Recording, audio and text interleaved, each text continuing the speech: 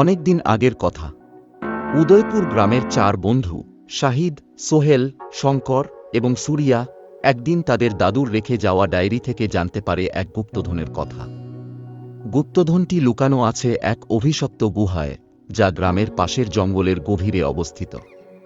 বহু বছর আগে তাদের দাদু সেই গুপ্তধন লুকিয়ে রেখেছিলেন, তবে কেউই সেই গুহা থেকে ফিরে আসতে পারেনি।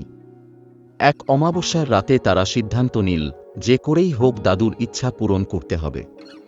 তারা ধীরে ধীরে যাত্রা শুরু করল।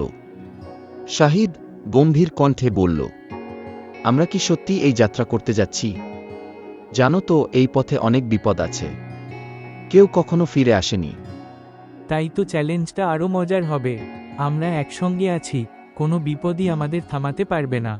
বিপদের কথা মাথায় আছে, তবে আমাদের দাদুর সেই গুপ্তধন যে কেমন হতে পারে সেটার জন্য এই ঝুঁকি নেওয়াই সঠিক। গল্পের মতো ব্যাপার, আমাদের সেই গুহা খুঁজতেই হবে, গিয়েই গুপ্তধন উদ্ধার করব। 4 জন একত্রিত হয়ে প্রস্তুতি নিল। জঙ্গলের ভয়ানক গাঢ় অন্ধকার, ভুতুড়ে বাতাস আর বিপদে ভরা পরিবেশে তারা পা বাড়াল। চারদিকে অদ্ভুত পাখিদের ডাক, গাছের শিকড় জড়িয়ে তাদের পথ আটকে যাচ্ছিল। অন্ধকার আরও গভীর হতে থাকল। অন্ধকারের মধ্যে হঠাৎ তাদের সামনে এসে হাজির হল এক বিশাল নীল রঙের পাখি, যার চোখে এক রহস্যময় ঝলক ছিল। তোমরা কে? এই অভিশপ্ত পথে কেন এসেছো? শাহিদ চমকে উঠে বলল, তুমি কথা বলতে পারো? আমরা গুপ্তধনের সন্ধানে এসেছি, তুমি কি আমাদের সাহায্য করতে পারবে? গুপ্তধনের সন্ধান মানেই বিপদের সম্মুখীন হওয়া। তোমাদের সামনে আছে নীলার পরীক্ষা।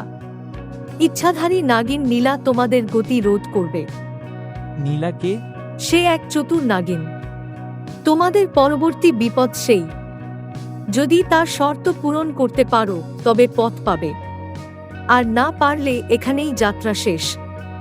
পাখিটি কথা শেষ করে ঝট করে উড়ে গেল অন্ধকারের মধ্যে। তারা একে অপরের দিকে তাকাল। নীলার পরীক্ষার মানে কি হতে পারে? যাই হোক, আমরা পিছু হটব না।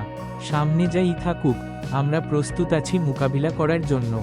কিছু দূর এগোতেই বিশাল এক সাপ তাদের পথ আটকাল।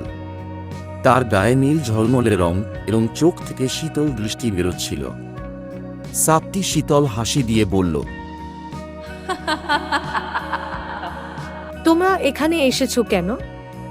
জানো না এই পথ অভিশপ্ত? আমরা আমাদের দাদুর গুপ্তধনের সন্ধানে এসেছি, তুমি কি আমাদের পথ দেখাবে? পথ দেখানো সহজ নয়। যদি বেঁচে থাকতে চাও তাহলে আমার শর্ত পূরণ করতে হবে।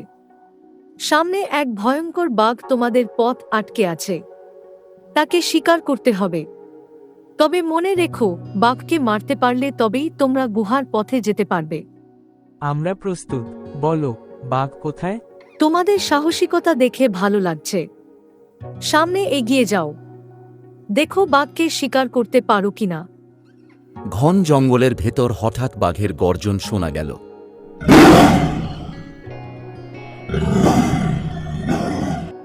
বিশাল এক বাঘ তাদের সামনে উপস্থিত হল।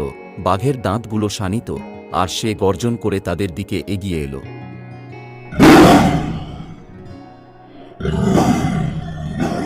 তোরা কারা আমার রাজ্যে এসেছিস? মরবি বলে? আমাকে পরাস্ত করতে না পারলে এখানেই শেষ। 4 জন একত্রে বুদ্ধি করে বাঘকে ঘিরে ধরল। লড়াই কঠিন হলেও তারা বাঘটিকে শিকার করে ফেলল। তারা কিছু দূর যাওয়ার পর সামনে হাজির হল এক বিশাল গরিলা। বাঘকে পরাস্ত করেছ, ভালো, তবে সামনে আরও কঠিন পরীক্ষা।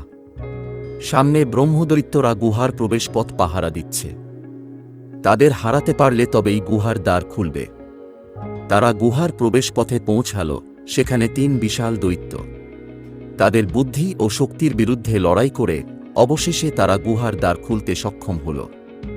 ভিতরে দেখা গেল গুপ্তধন, আর তারা বিজয়ী হয়ে ফিরে এলো উদয়পুরে। ভিডিওটি ভালো লাগলে লাইক, কমেন্ট, শেয়ার এবং সাবস্ক্রাইব করতে ভুলবেন না।